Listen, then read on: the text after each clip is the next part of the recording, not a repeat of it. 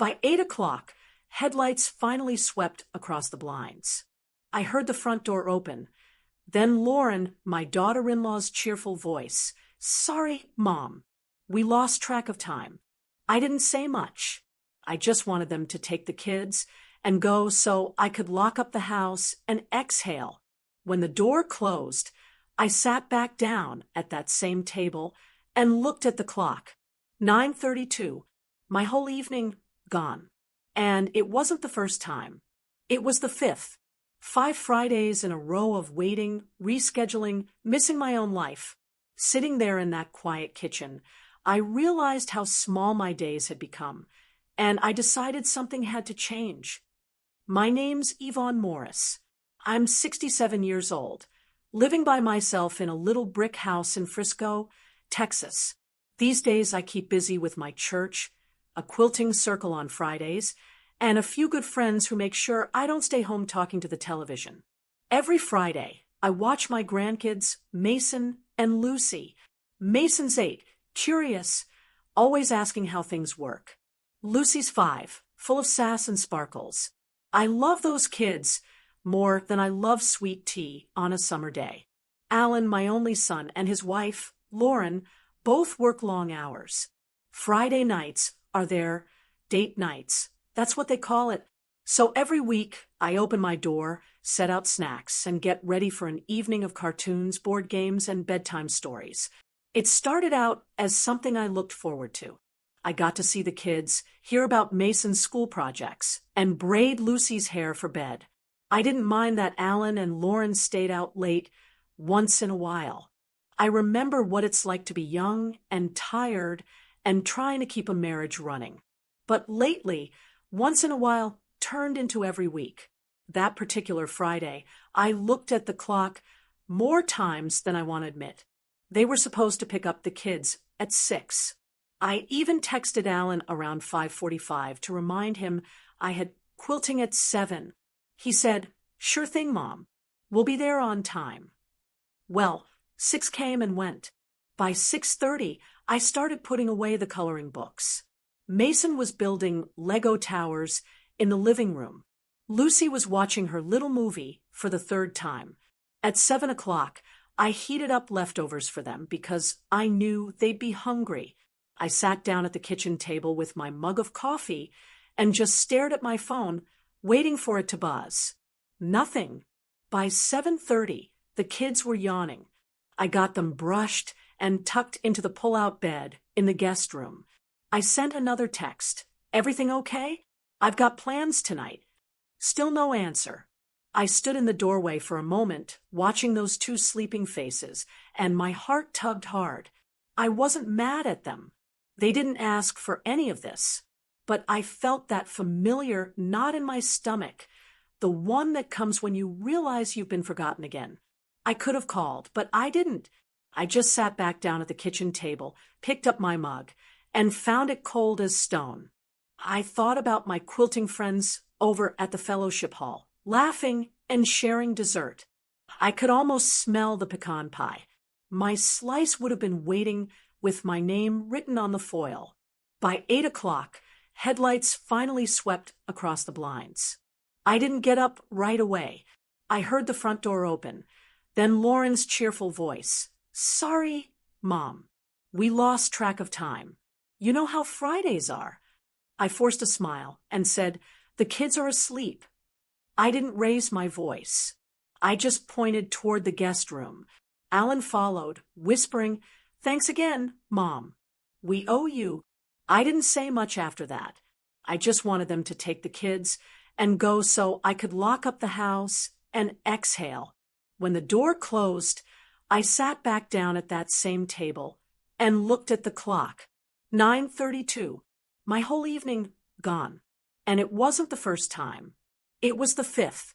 5 Fridays in a row of waiting, rescheduling, missing my own life. I love my family, but love doesn't mean being at everyone's call every second. Sitting there in that quiet kitchen, I realized how small my days had become. Everything revolved around when someone else showed up or didn't. I rinsed out the cold coffee, turned off the light, and stood for a minute at the window. The street was empty except for a few porch lights glowing. My Toyota RAV4 sat in the driveway, keys on the counter, ready for a night that never happened. Somewhere between the cold coffee and the quiet house, I realized I'd let my own life shrink down to other people's schedules. If you already know exactly how this feels, do me a favor and tap the like button. And make sure you're subscribed, because you'll want to see what happens next. The next morning, I woke up before the sun. I've never been good at sleeping late, even when I'm tired. My body's used to the same rhythm. Coffee by 6, quiet kitchen by 7, and the hum of the neighborhood coming alive. That morning, though, I sat at the table and stared out the window longer than usual. It wasn't just last night that bothered me. It was all the Fridays before it. Each one came with a new excuse that sounded a lot like the last. 2 weeks ago, it was traffic on the tollway. Before that, my phone died. Then we lost track of time at dinner. They always said the right words. Sorry. Thanks. Love you, Mom. But after a while, even apologies start to feel like background noise. I poured myself another cup of coffee and thought about how I used to look forward to Fridays. I'd plan little activities for Mason and Lucy, pancake dinners, movie nights with popcorn, sometimes even a trip to the park if the weather wasn't too hot. But lately, those nights felt longer. My knees ache more than they used to, and by bedtime, I'm moving slower. I keep a small pill case on the counter for my blood pressure, but on nights like that, I forget to take it. My whole focus turns to keeping things running smoothly until Alan and Lauren decide to show up. The house still smelled like the kids' bubble bath. Their pajamas were in a neat pile by the laundry room door, folded and ready for the next visit. I smiled, but it was the kind of smile that hides something heavy underneath. I love those kids so much, but I couldn't shake the feeling that I'd turned into an unpaid assistant for everyone else's plans. I decided to step out onto the porch and water my flowers before the Texas heat took over. My neighbor Doris was walking her little terrier Scooter, as she does every morning. She waved her hand and said, "Yvonne, you look like you've got a storm cloud following you." I laughed a little. Oh, it's nothing new. Alan and Lauren were 2 hours late again last night. She shook her head, tugging on Scooter's leash. "Girl, they think you're a 24-hour daycare with free snacks." I couldn't help but chuckle. I guess I made it too easy for them. Doris leaned on my fence post. "You're a good mama, Yvonne, but good doesn't mean endless. Sometimes you've got to remind people your time's worth something too." I thought about that after she walked off. She's right. I spent my whole life working hard, 40 years at an insurance office, never late once. I raised Alan mostly while Carl worked long hours. I know what responsibility looks like, but I also know when folks stop appreciating something because it's always there. Later that day, I got a call from Alan. He started off sweet, as he always does when he knows he's messed up. "Hey, Mom, sorry about last night. We didn't mean to make you miss your quilting." "It's all right," I said, even though it wasn't. "We'll make it up to you next week, I promise," he said. I could almost hear the promise rolling off his tongue like it had a script. That word, promise, has started to lose its meaning. I've heard it too many times to count. After we hung up, I looked around the living room. The blanket Mason had dragged around was still on the couch. Lucy's little stuffed bunny was sitting by my recliner. I picked it up, brushed off a bit of lint, and set it aside. That house feels so full when they're here and so quiet after they leave. I sat for a while thinking about how easily love can turn into a routine. You start saying yes out of kindness, then out of habit, and before you know it, people stop asking if it's still okay. My mind went back to when I first offered to help them. Lauren had just gone back to work after Lucy was born, and Alan was nervous about balancing everything.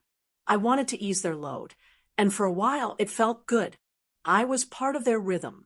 But now, I realize I became the rhythm. It's funny how small things start to add up. The gas I use to run errands with the kids, the snacks I keep stocked, the toys I buy on impulse because they ask sweetly.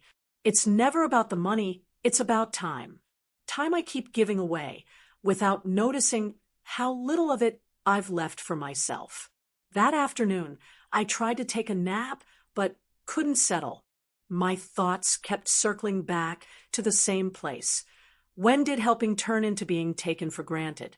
I don't think Alan means to be careless.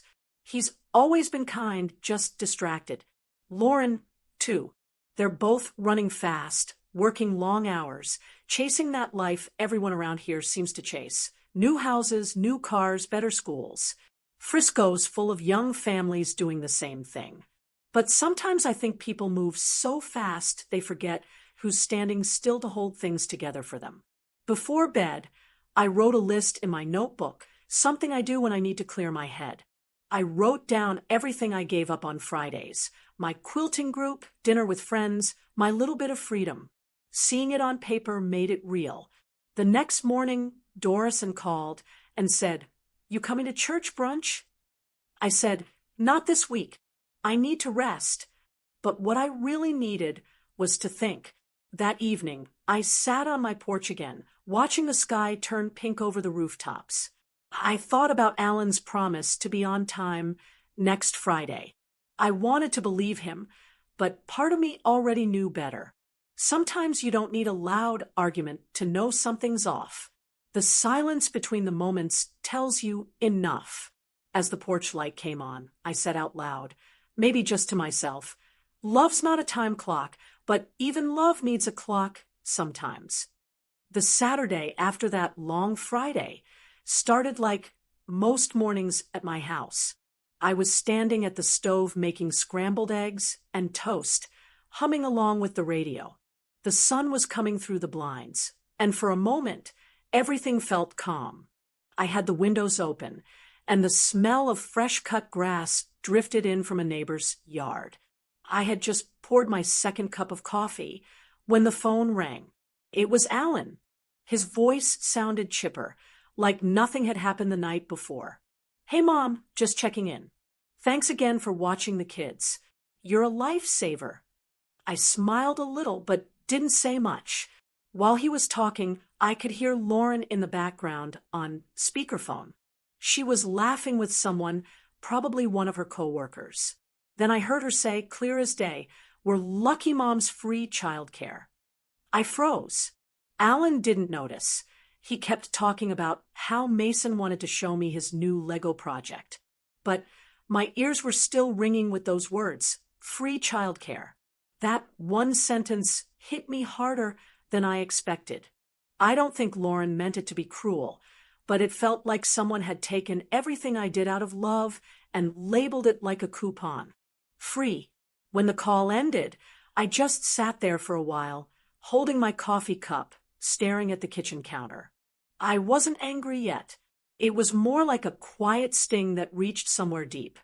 I thought about all the nights I stayed up with those kids when they had colds, all the grocery runs, all the bedtime stories. It was never about money, but hearing it said that way made me feel small. Like I was just a service they didn't have to pay for. Later that morning, I walked over to Doris Ann's house. She lives 2 doors down and makes the best cinnamon rolls in the neighborhood. She saw me coming and waved me in. "Morning, Yvonne," she said, setting out 2 mugs. "You look like you've got something on your mind." "I heard something today I can't shake," I told her, and I repeated what Lauren said. Doris and raised her eyebrows. "Well, isn't that something? You're not free childcare. Honey, you're their mother, their family." I sighed. "I know, but maybe I made it too easy. I never told them no. Maybe they just assume I'll always be here." She nodded. "That's what happens when folks think love means you'll never draw a line. You've got to remind them your time's worth something too." We sat there for a bit, sipping coffee and talking about how many grandparents around town were in the same boat. Doris said her sister in Houston watches her grandkids almost full-time. I looked it up later that day. Turns out childcare in Texas costs about $10,000 to $12,000 a year per child. I nearly dropped my coffee. No wonder parents lean on grandparents so much. I understood the pressure Alan and Lauren were under. Frisco's not cheap, and raising 2 kids isn't either. But knowing that didn't make me feel any less invisible. I told Doris, "It's not the helping that bothers me. It's feeling like they stopped seeing it as help." She smiled, stirring her coffee. "Then it's time to make them see again. Not out of anger, but out of respect for you and for them." I nodded, letting that sink in. For years, I've been the dependable one, the person everyone can call at the last minute.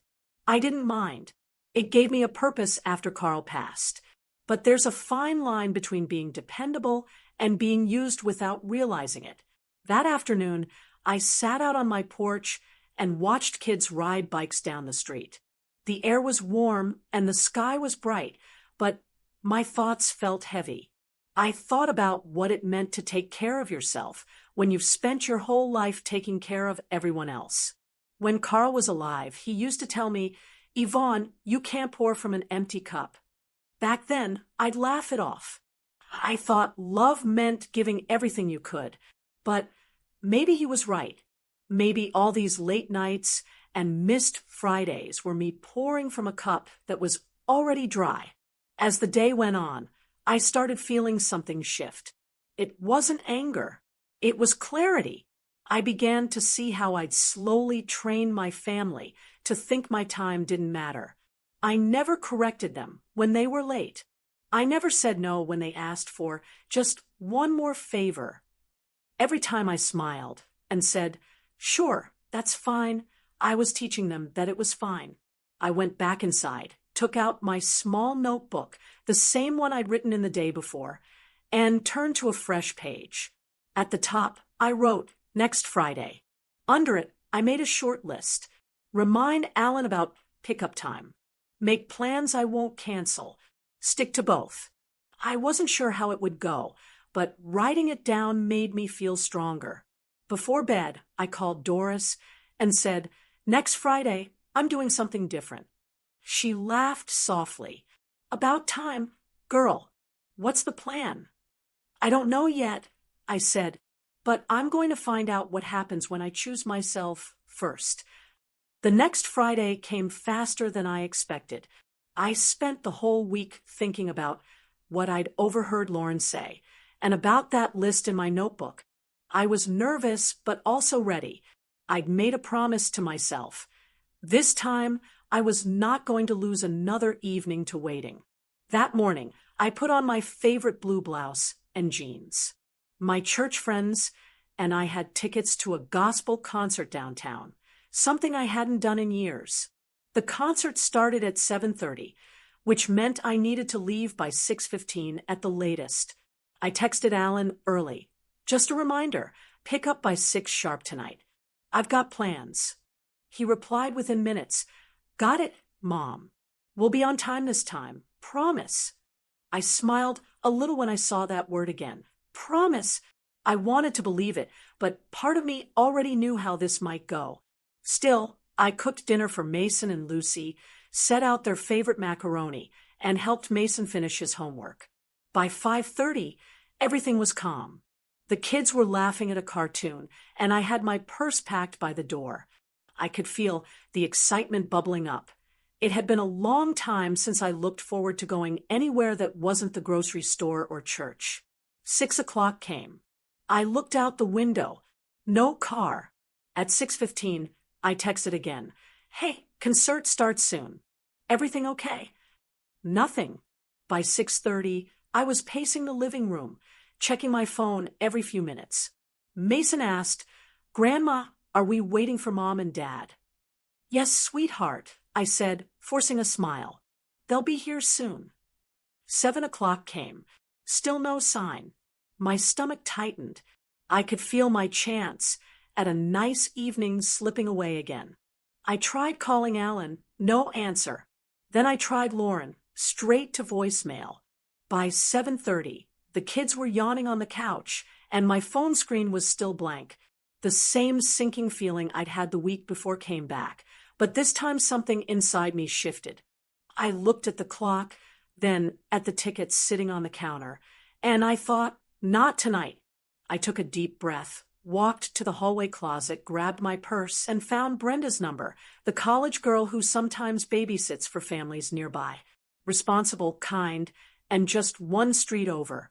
When she answered, I said, "Hi, Brenda, it's Mrs. Morris from Oakwood Lane.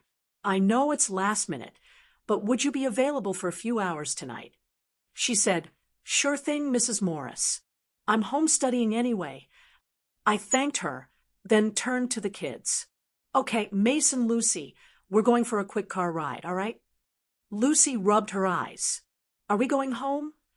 "Not yet, sweetheart," I said, helping her with her shoes. "Grandma just needs a little help tonight." I grabbed my keys and locked up the house. The air outside was warm and smelled like rain. I buckled the kids into my Toyota RAV4, and as I started the engine, Mason looked at me through the rearview mirror, his eyes half closed. "Grandma," he mumbled, "why aren't we at your house? Are you mad?" My chest tightened. "No, honey," I said softly. "Grandma's just keeping a promise to herself tonight."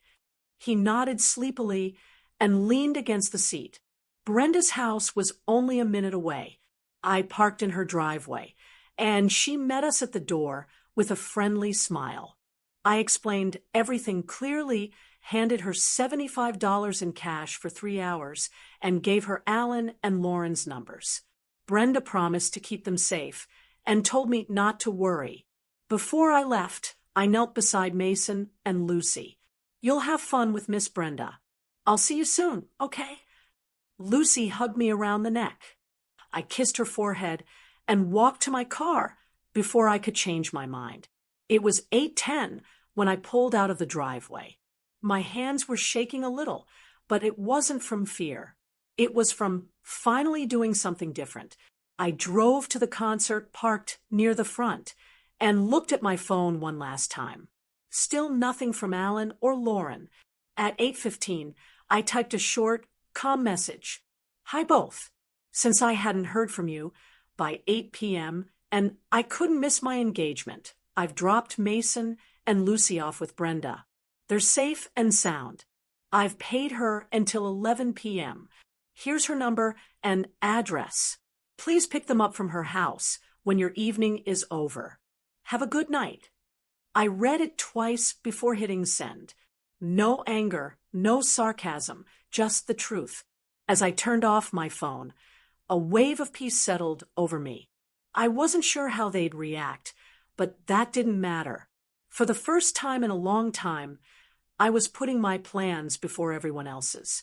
Inside the concert hall, my friends were already seated. The music started just as I found my spot. The choir sang with such joy it filled the whole room, and I felt something lift off my shoulders. I thought about the kids, safe and cared for, and about the text message waiting on Alan's phone. Maybe he'd be angry, maybe confused, but he'd finally understand that my time had value too.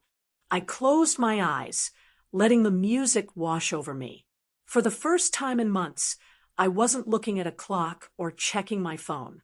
I was just there, in the moment, exactly where I chose to be. I walked into that concert on time. For once. The music was loud, but the peace was louder. And this is where I have to pause and ask for your honest opinion. What would you have done in my shoes? Did I do the right thing by calling a sitter, or did I go too far?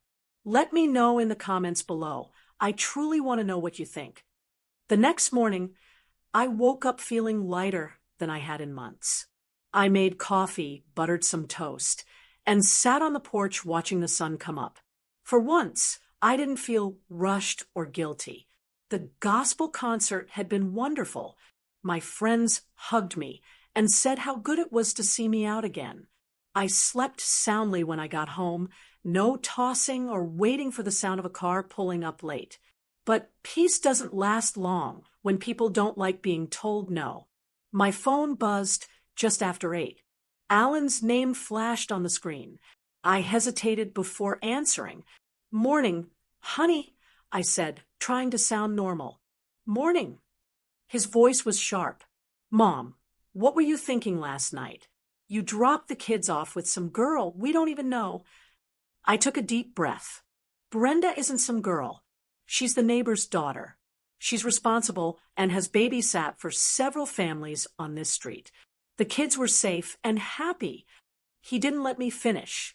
"You should have called us. We were worried sick when we got to your house, and you weren't there." I frowned. "Worried sick? Alan, I texted you at 6, again at 6:15, and at 7. No answer." I finally sent a message at 8:15 with all the details. "You didn't respond until after 11. How was I supposed to know if you were okay? Or if you even remembered the kids?" There was a pause on his end. Then he said quietly, "We had dinner plans. My phone was in my jacket pocket. I didn't see your messages." "That's exactly my point," I said. "You didn't see them because you weren't paying attention. I've waited around too many times, Alan. Last night, I kept my word to myself. The kids were never in danger." He sighed but still sounded upset. "You embarrassed us, Mom. Lauren's friends were there when we got the text. It made us look irresponsible." I could almost laugh at that. "Alan, I didn't send the message to make you look any way. I sent it because I was tired of being the only one who keeps promises." He said nothing for a moment, then muttered, "We'll talk later," and hung up. Not 5 minutes passed before my phone dinged again. 3 long text messages from Lauren. I sat down and read every word. "Hi, Yvonne. I know you meant well, but that wasn't okay. We trusted you with the kids, and you just left them somewhere without checking with us. We have to talk about boundaries and communication. This isn't just about time. It's about trust." I read it twice, then set the phone down. Trust. That word stung. I'd been the one people trusted for years, for their kids, their keys, their emergencies. Now, suddenly, I was untrustworthy because I finally chose to have a life. I poured myself another cup of coffee and thought about what to say. I typed and erased a few messages before settling on the truth. "Lauren, I understand why you're upset, but the kids were never alone or unsafe. You both didn't answer my calls or texts for 2 hours. I had a prior engagement and couldn't cancel it again. I made sure Mason and Lucy were cared for and left you every detail. I'm not angry, just setting boundaries. I love you all, but my time matters too." I hit send and left it at that. Not long after, my phone started ringing with calls from friends who'd heard about what happened. Word spreads fast when people talk. Doris, and was the first one to check in. She laughed when I told her about Alan's reaction. "Oh, honey, half the folks at church are saying you're brave, and the other half say you went too far. You're the talk of the neighborhood this morning." I chuckled. Well, I guess I finally did something interesting. "Don't you worry about what they think," she said. "You did what you needed to do. They'll learn." Later that afternoon, I went out for groceries and ran into my friend Martha at the store. She patted my arm and said, "I heard about your Friday night. Yvonne, good for you. Sometimes our kids forget we're people too." But another friend, Joyce, wasn't so sure. "I don't know," she said softly. "I don't think I could have left my grandkids, even with someone I knew. It's a risk." I smiled politely. "I understand, Joyce. It wasn't an easy choice." Driving home, I thought about both sides. They were right in their own way. Maybe some folks would never agree with what I did, but I knew my reasons were honest. I didn't leave out of anger. I left because I couldn't keep living around other people's plans. When I got home, I sat at the kitchen table, the same spot where I'd waited so many Friday nights, and took a deep breath. For the first time, I didn't feel small. As women, especially at my age, we walk a thin line. If we say yes too much, people call us pushovers. If we finally say no, we're selfish or cold. Either way, someone has an opinion about it. I thought about my mother and how she used to say, "Sometimes you have to teach people how to treat you." I guess I was just doing that a little late in life. I tidied up the kitchen, watered my plants, and turned on the TV, feeling something I hadn't felt in a while, peace that didn't depend on anyone else's apology. Whatever Alan and Lauren thought, I knew this much for sure. I wasn't looking for permission anymore, just understanding. A few days passed after that tense weekend. Things were quiet. No calls, no texts, no surprise visits. I didn't reach out either. Sometimes silence does the work that words can't. By Wednesday morning, I decided it was time to talk face to face. I didn't want to keep carrying hurt around like laundry that never gets folded. So I sent a message. "Alan, can you and Lauren stop by Saturday morning? I'll make coffee. I think we should talk." He replied right away, "We'll be there." When Saturday came, I got up early, made a pot of coffee, and set out a plate of cinnamon rolls from the bakery. The house was calm and smelled like home again. I wanted the conversation to start from a place of peace, not argument. At 10 sharp, I saw their car pull up. Alan came in first, carrying a nervous smile. Lauren followed, looking like she'd been rehearsing what to say. "Morning," I said, pouring coffee into mugs. "Let's sit." We gathered around the kitchen table, the same table that had seen every family dinner, every birthday, and too many nights of waiting. This time, though, I was steering the talk. I know the last week's been uncomfortable. I began, but it needed to happen. I love Mason and Lucy with everything in me, but I can't keep giving up my time without any thought in return. It's wearing me down, and that's not good for any of us. Alan nodded slowly. Lauren stared at her mug. "I'm not angry," I continued, "but we need some ground rules if I'm going to keep helping. I'll babysit once, maybe twice a month, as long as we agree on pickup times, and those times are kept. If there's an emergency, I'll help, of course. But last-minute changes and long waits can't keep happening." They stayed quiet for a moment. The air was thick, but not tense, just honest. Then Lauren spoke, her voice softer than I'd ever heard it. "Yvonne, I'm so sorry. I think with work and the kids, we just fell into a routine and stopped seeing you. We just saw help." Her words caught me off guard. Not defensive, not polished, just plain truth. She looked up, and her eyes were shiny with tears. "You've done so much for us, and we've been selfish. It's like we forgot you have a life, too." I reached across the table and put my hand over hers. "I know it wasn't on purpose, Lauren. Parenting's hard. I remember those days. You're both working hard and trying to give those kids everything. But part of what they need is to see respect in action, how adults treat one another." Alan cleared his throat. "Mom, you're right. I didn't realize how much we'd started relying on you. We should have handled things differently." He looked at Lauren, then back at me. "We'll start paying for a sitter on our nights out. You shouldn't feel stuck." "That's not necessary," I said, "but thank you for offering. I just want boundaries that everyone respects. I want to help, but not at the cost of my own time."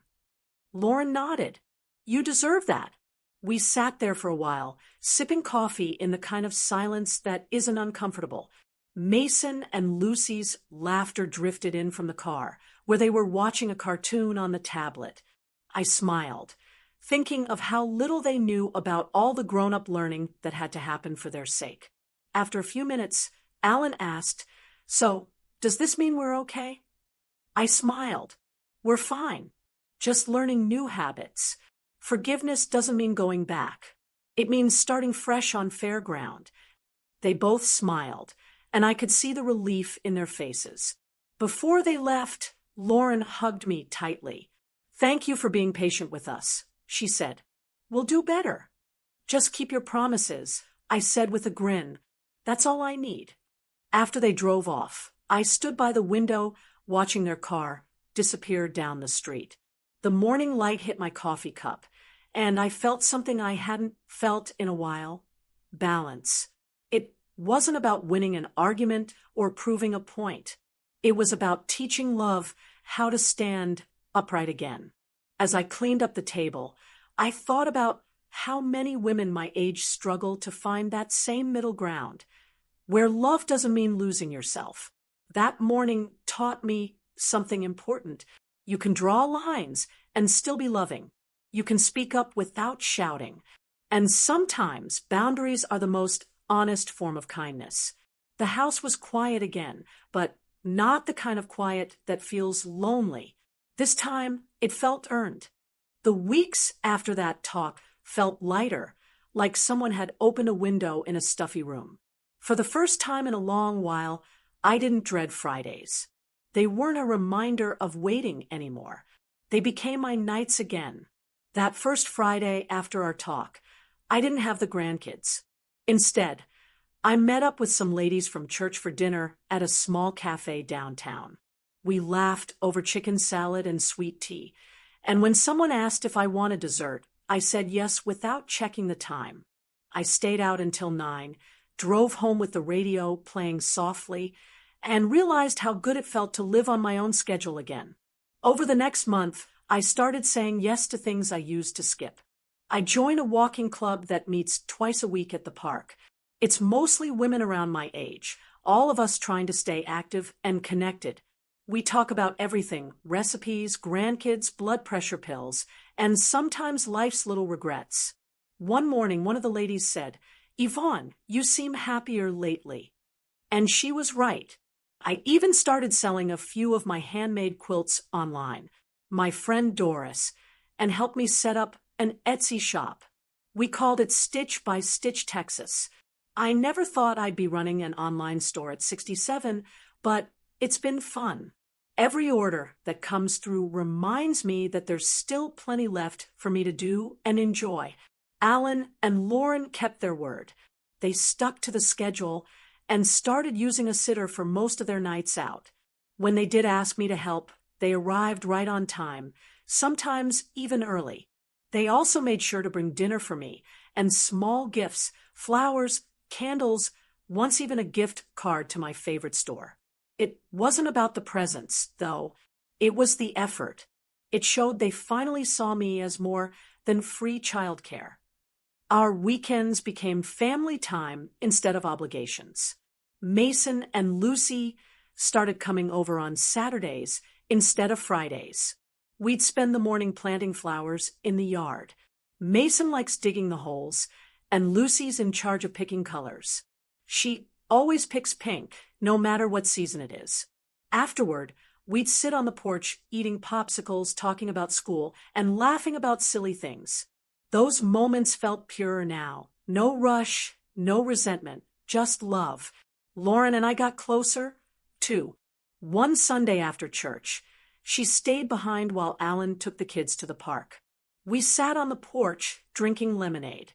She said, "Yvonne, I don't think I ever told you how much we appreciate you. I was embarrassed after how we acted. You were right to speak up." I smiled. That's how families grow, Lauren. Sometimes we have to bump into each other a little before we figure out where the lines are. She laughed. "Well, I think we're finally learning." We both knew it wasn't about blame. It was about respect and love that grows better with honesty. Life started to look different, but in the best way. I was busier, but I wasn't exhausted.